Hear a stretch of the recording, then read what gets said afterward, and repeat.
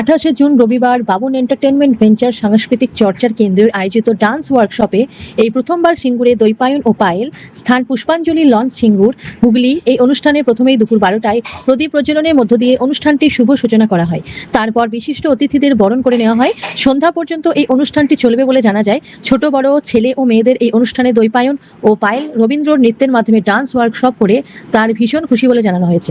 আগামী 30শে আগস্ট এই লঞ্চে মুনমুন মুখার্জি একদিনে আবৃত্তি কর্মশালায় আসছেন। সর্বশেষে ছাত্র ছাত্রীদের হাতে মেমেন্টো ও মেডেল এবং সার্টিফিকেট তুলে দেওয়া হয়। সমগ্র অনুষ্ঠানটি পরিচালনায় ছিলেন এই প্রতিষ্ঠানের কর্ণধার বাবুন। চলুন আমরা শুনে নেব এই বিষয়ে সাংবাদিককে কি বললেন। হুগলির সিঙ্গুর থেকে আশিস কুমার ঘোষের রিপোর্ট। আমার তো খুবই ভালো লাগছে, তার কারণ সিঙ্গুরে আমরা প্রথমবার এসেছি এবং এখানেও যে এরকম একটা খুব ভালো সাংস্কৃতিক পরিবেশ রয়েছে, কারণ আমরা যে ধরনের নাচ গান করি, যে ধরনের সংস্কৃতির সাথে আমরা যুক্ত, এবং সেটা আর কি খুব সহজে একদিনে তো সম্ভব নয়। তার জন্য একটা ক্লাসিক্যাল ট্রেনিং দরকার, তার জন্য একটা পরিবেশ দরকার, বাতাবরণ দরকার। তো এখানে সেই রকম পরিবেশ আছে, সেটা জানতে পেরে খুব ভালো লাগছে।